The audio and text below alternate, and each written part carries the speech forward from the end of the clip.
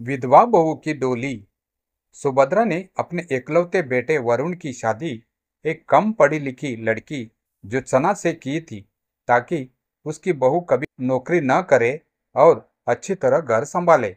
सब कुछ सुभद्रा की सोच के मुताबिक सब कुछ चल रहा था कि अचानक उसके बेटे वरुण की मौत हो गई।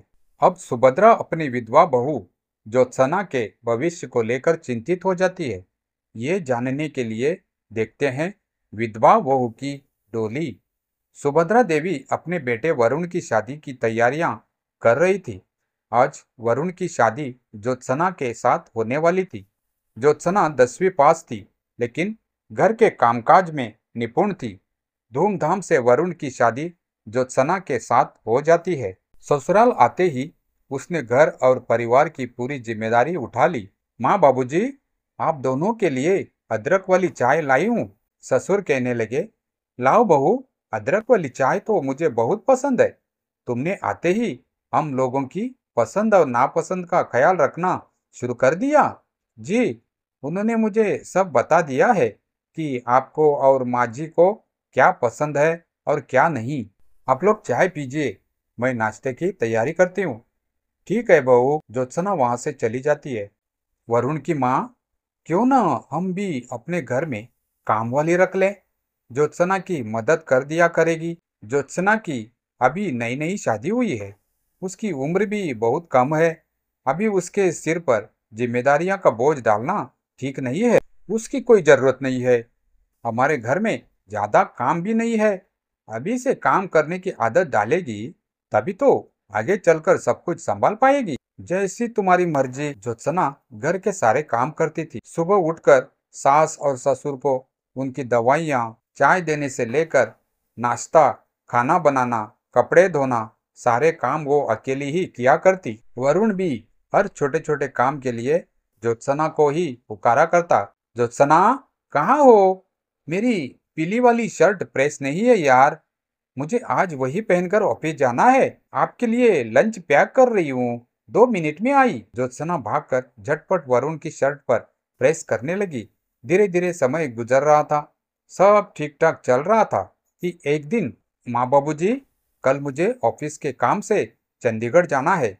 6 महीने वहीं रहकर काम करना है।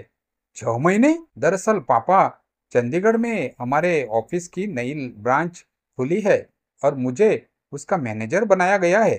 तो ज्योत्सना को भी अपने साथ लेता जा। पापा, अभी तो वहां जाकर मुझे खुद के रहने का इंतजाम करना होगा। मैं कुछ दिनों के बाद ज्योत्सना को वहां बुला लूंगा। माँ और पिता से बात करके वरुण अपने कमरे से चला गया। ज्योत्सना को चंडीगढ़ जाने की क्या जरूरत है? वो चली गई तो घर कौन संभालेगा? और वहां हमारे वरुण को कौन संभालेगा? सुभद्रा, ज्योत्सना अभी बच्ची है। अभी उसका समय वरुण के साथ हंसने खेलने में गुजारना चाहिए। गृहस्थी का बोझ उठाने के लिए तो सारी जिंदगी पड़ी है। इधर दूसरे दिन वरुण चंडीगढ़ जाने के लिए घर से निकल गया।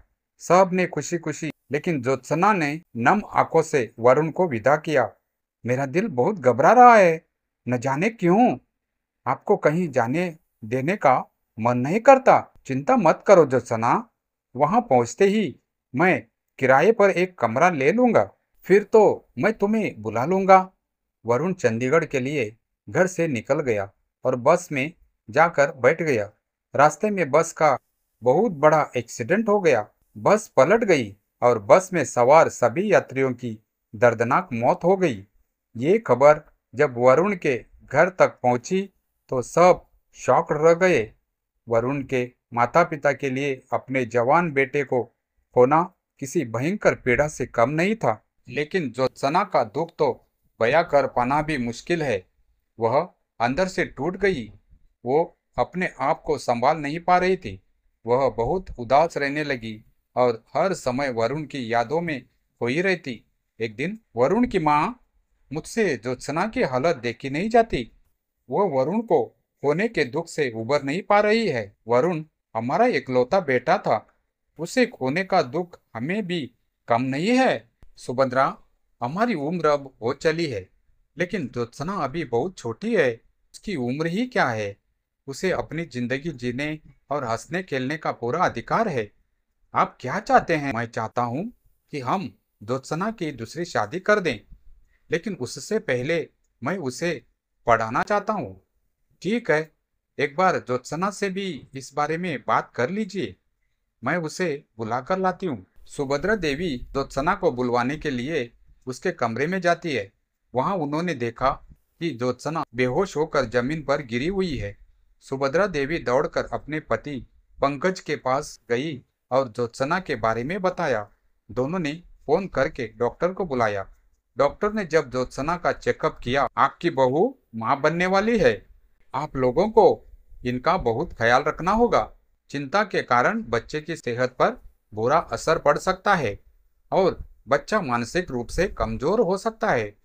डॉक्टर की बात सुनकर पंकज और सुभद्रा ने फैसला लिया कि वो ज्योत्सना को आगे पढ़ाएंगे ताकि इसका मन कहीं लगे और वो खुश रह सके।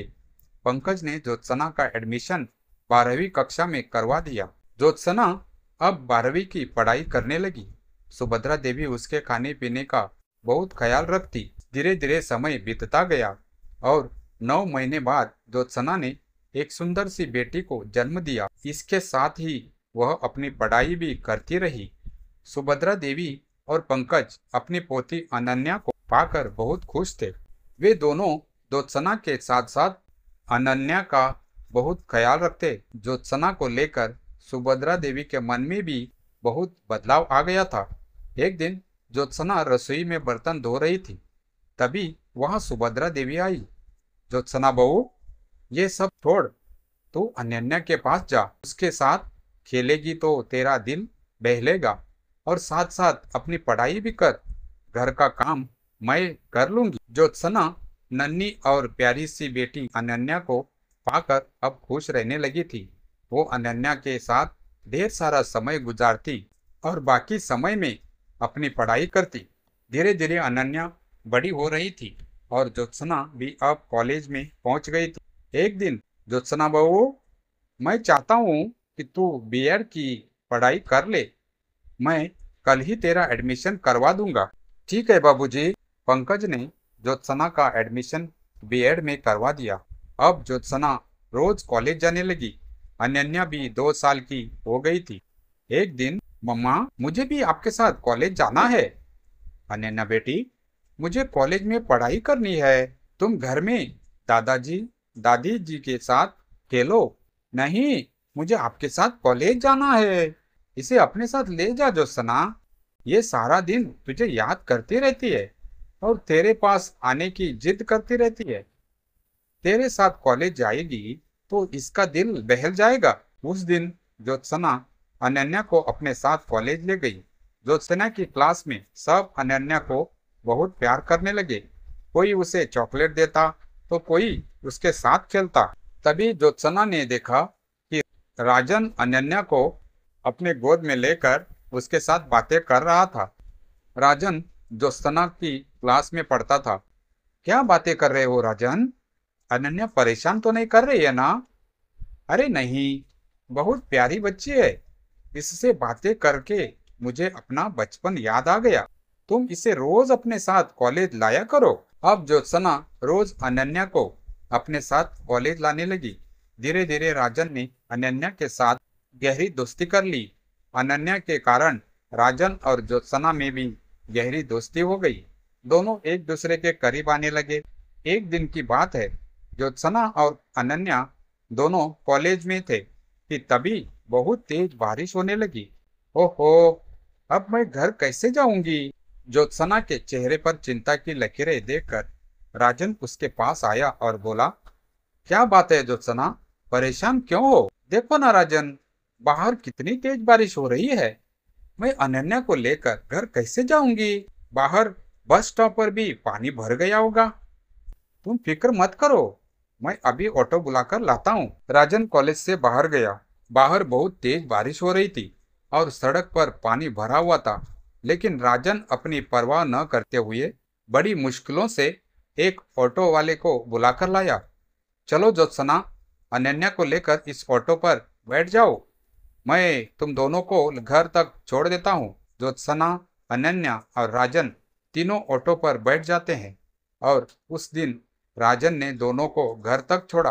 राजन, मेरे घर नहीं आओगे? मैं तुम्हें अपनी माँ जी और बाबूजी से मिलवाऊंगी। हाँ, क्यों नहीं। राजन ज्योत्सना के घर आया। ज्योत्सना ने उसे पंकज और सुभद्रा से मिलवाया और बताया कि कैसे राजन ने तेज बारिश में भी भीगते हुए उसे और अनन्या को सुरक्षित घर तक पहुंचाया। ये तो तुमने बहुत अच्छा किया बेटा, वरना ये दोनों कॉलेज में न जाने कितनी देर बारिश रुकने का इंतजार करती रहती। राजन बेटे, तुम आते रहना और कॉलेज में ज्योत्सना का ख्याल रखना। उस दिन के बाद से राजन अक्सर ज्योत्सना के घर आने जाने लगा और अनन्या के साथ ढेर सारी बातें करता। धीरे धीरे दोनों की पढ़ाई पूरी हो गई और उन्हें सरकारी स्कूल में शिक्षक की नौकरी भी मिल गई। एक दिन, सुभद्रा, क्या ज्योत्सना को अपनी जिंदगी नए तरह से शुरू करनी नहीं चाहिए? आप क्या कहना चाहते हैं? मैं चाहता हूँ कि ज्योत्सना की शादी हो जाए, वो अपना घर बसा ले। अनन्या को भी पिता का प्यार मिल जाएगा। लेकिन ज्योत्सना से शादी करेगा कौन? मेरी नजर में एक लड़का है। हाँ, कौन है वो? राजन। राजन ज्योत्सना का बहुत अच्छा दोस्त है और वो अनन्या को भी बहुत प्यार करता है। लेकिन हमें इस बारे में ज्योत्सना और राजन से भी बात कर लेनी चाहिए। मैंने राजन को फोन कर दिया है, वो आज शाम को हमारे घर आएगा। हम राजन और ज्योत्सना दोनों से बात कर लेंगे। ठीक है। शाम को जब ज्योत्सना स्कूल से लौटी तो उसने देखा कि राजन उसके घर आए हैं और उसके सास ससुर से बातें कर रहा है। अरे राजन, तो तुम कब आए?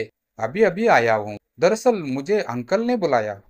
ज्योत्सना बहू, मैं तुम दोनों से कुछ बात करना चाहता हूँ। जी बाबूजी, कहिए। बहू, मैं चाहता हूँ कि तुम और राजन शादी कर लो। ये आप क्या कह रहे हैं बाबूजी? ये कभी नहीं हो सकता।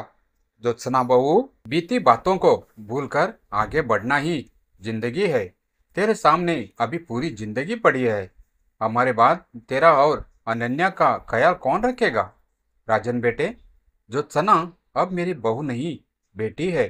क्या तुम जिंदगी भर इसका ख्याल रखोगे?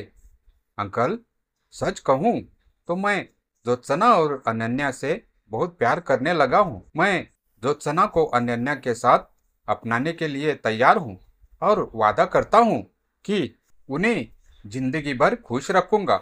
देर किस बात की? हम कल ही तुम्हारे घर आएंगे। तुम्हारे माता पिता से मिलकर शादी की तारीख पक्की कर देंगे। राजन के माता पिता सुभद्रा देवी और पंकज से मिलकर बहुत प्रभावित हुए। दोनों की रजामंदी से राजन और ज्योत्सना की शादी तय हो गई।